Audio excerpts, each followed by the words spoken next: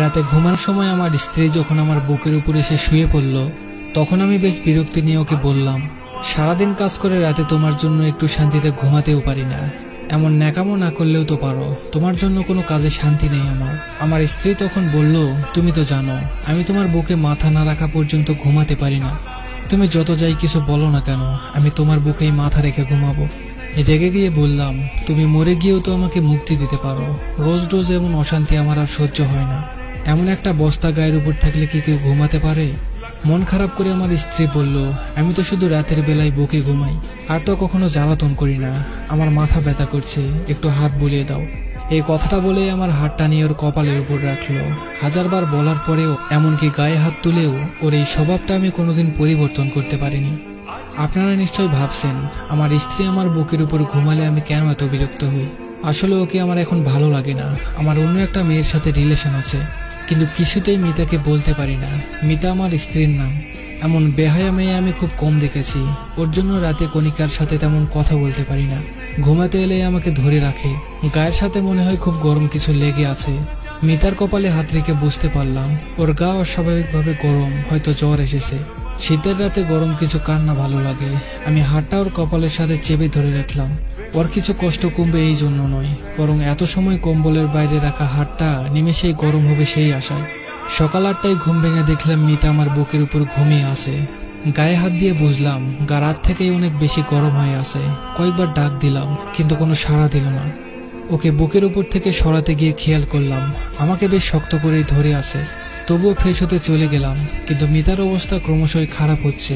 তাই ওকে নিয়ে হাসপাতালে গেলাম। ডাক্তার বলল ওর অবস্থা এখন বেশিই খারাপ, এখনই আইসিইউতে ভর্তি করতে হবে। কিন্তু আমি ওর জন্য এত টাকা নষ্ট করতে পারবো না, তাই সাধারণ মহিলা ওয়ার্ডে ভর্তি করে দিয়ে চলে আসলাম। অফিসে এসে কণিকার সাথে গল্প জুড়ে দিলাম। মেয়েটা আমাকে ছাড়া কিছুই বুঝতে চায় না। কণিকা আমার অফিসের কলিগ। ওর হাসি মাখা মুখটা যে কোনো পুরুষকেই নিজের কাছে টানতে বাধ্য করবে। তাই আমি ওর কাছে চলে এসেছি। সারাদিন বেশ ভালোই কাটলো। সন্ধ্যাবেলা বাড়ি এসে ফ্রেশ হয়ে খাবার টেবিলে গেলাম। না, আজ আর এই টেবিলে আমার পছন্দের কিছু রান্না করা নেই। মিতা রোজ সন্ধ্যা হলে আমার পছন্দের হালকা খাবার বানিয়ে দিত, তারপর নিজের হাতে খাইয়ে দিত। কণিকার সাথে রিলেশনে যাওয়ার পর একদিন বলেছিলাম, তোমার আমাকে খাইয়ে দিতে হবে না, নাকি বিষ মিশিয়ে এভাবে খাওয়াতে আসো আমাকে। এরপর থেকে আর কখনো খাইয়ে দিতে দেখিনি। রান্না করে টেবিলে গুছিয়ে রাখতো। আজ মিতা নেই, তাই কেউ কিছু বানিয়ে রাখেনি। খাটে গিয়ে শুয়ে কণিকার সাথে কথা বলতে লাগলাম, কিন্তু এখন ওর সাথে কথা বলতে ভালো লাগছে না। সারাদিন মিতার কোনো খোঁজ নেওয়া হয়নি। আচ্ছা, ওর কি জ্ঞান ফিরেছে, নাকি ও আর নেই? না না, আমি এসব ভাবছি কেন? আর ও মারা গেলেই তো আমার আর কণিকার জন্য ভালো হয়, কিন্তু মনকে কিছুতেই শান্ত করতে পারছিলাম না।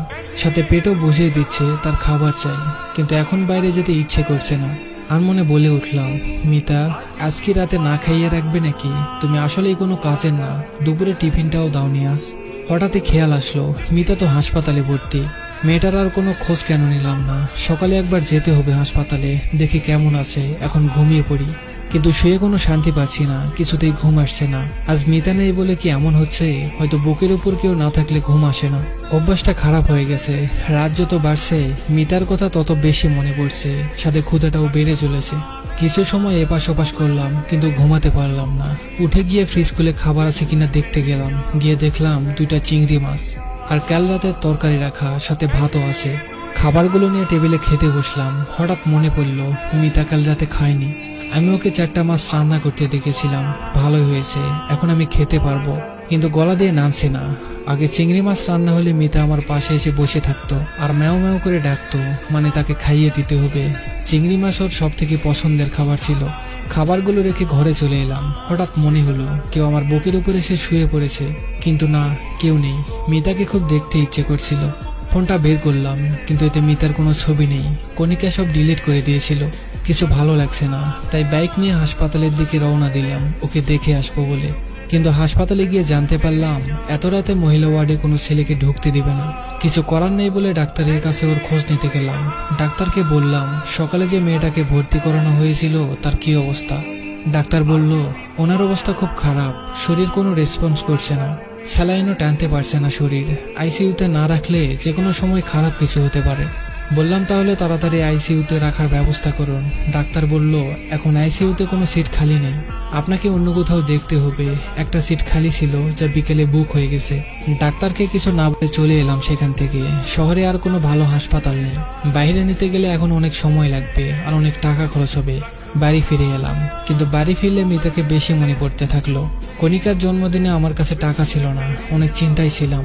তখন মিতা ওর গলার চেন আর নগদ 10,000 টাকা দিয়ে বলেছিল, আমার কাছে এত টাকা নেই, তোমার তো 20,000 টাকার দরকার, এতে হয়তো হয়ে যাবে, তুমি চিন্তা করো না। ওর দিকে এক পলক তাকিয়েছিলাম। ও মুচকি হেসে বলেছিল, তুমি চিন্তায় থাকলে আমার কষ্ট হয় অনেক, আমার এগুলো লাগবে না, তুমি নিয়ে নাও। চেনটা ওর মায়ের দেওয়া বলে ওটা আর বিক্রি করিনি, কণিকাকে দিয়ে দিয়েছিলাম। চোখের কোণে মনে হলো পানি জমা হচ্ছে। আজ অনেকদিন পর মিতার সাথে কাটানো সকল মুহূর্তের কথা মনে পড়ছে।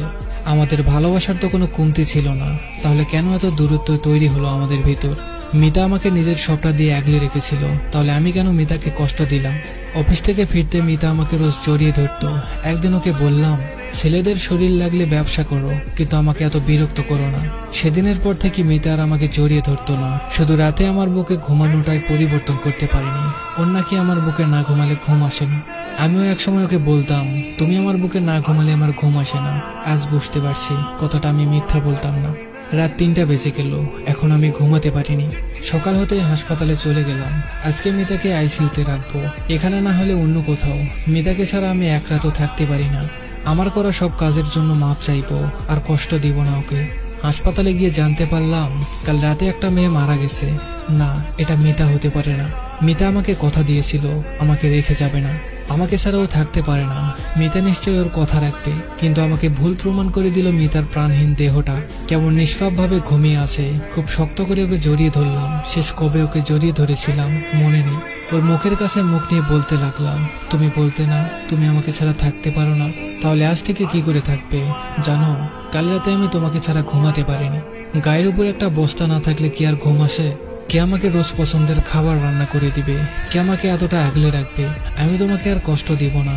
এই দেখো, আমি তোমাকে জড়িয়ে ধরে কথা দিচ্ছি, আমি আর কথার খেলাপ করব না। তুমি জানো কাল রাতে আমি তোমাকে ছাড়া কেমন ছিলাম? ভাতও খেতে পারিনি। তুমি আমাকে নিজের হাতে খাইয়ে দিবে না? এবার আর বলবো না তুমি আমাকে বিষ মিশিয়ে মেরে ফেলতে চাও। বলো না প্লিজ, আমার খুব ক্ষুধা লেগেছে। কাল রাতে আমি খাইনি জানো, তোমার কলিজাটা না খেয়ে আছে, আর তুমি নিশ্চিন্তে কি করে ঘুমিয়ে আছো। আগে যেমন প্রতি রাতে আমার বুকে ওর চোখের পানিতে ভেসে যেত, আমি যেমন কিছু বলতাম না, ওর চোখ মুছে দিতাম না। আজ আমার চোখের পানিতে ওর বুক ভিজে যাচ্ছে, কিন্তু ও চুপ করে ঘুমিয়ে আছে। সত্যিই কি আমি আর ওকে ফিরে পাবো না?